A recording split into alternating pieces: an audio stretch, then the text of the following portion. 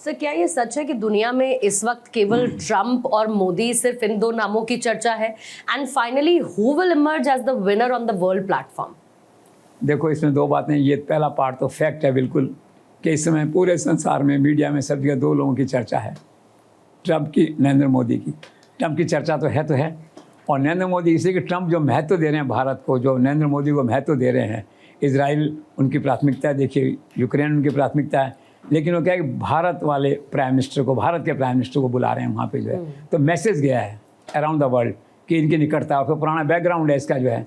तो ये जिज्ञासा है लोगों की। तो इस समय संसार में दो लोगों की चर्चा है, इसमें कोई संदेह नहीं है। और फाइनली विनर की जो बात है, तो मुझे ऐसा लगता है कि लोग इंतज़ार कर रहे हैं कि when Trump meets his first accident on the international platform, जिस गति से और जिस तेज़ी से वो चल रहे हैं, और कभी कभी ऐसा लगता है बिना सोच समझ के कुछ चल रहे हैं, तो कहीं न कहीं दुर्घटना होना तय है और बड़े लेवल पे बगावत होना भी तय है, ऐसा लगता है। तो जब बगावत आगे बढ़ेगी तो लोग नरेंद्र मोदी की तरफ ही देखेंगे। और आप मान के चलिए, रूस यूक्रेन के समझौते की हम बात करते हैं, और मोदी के बिना नहीं हो सकता।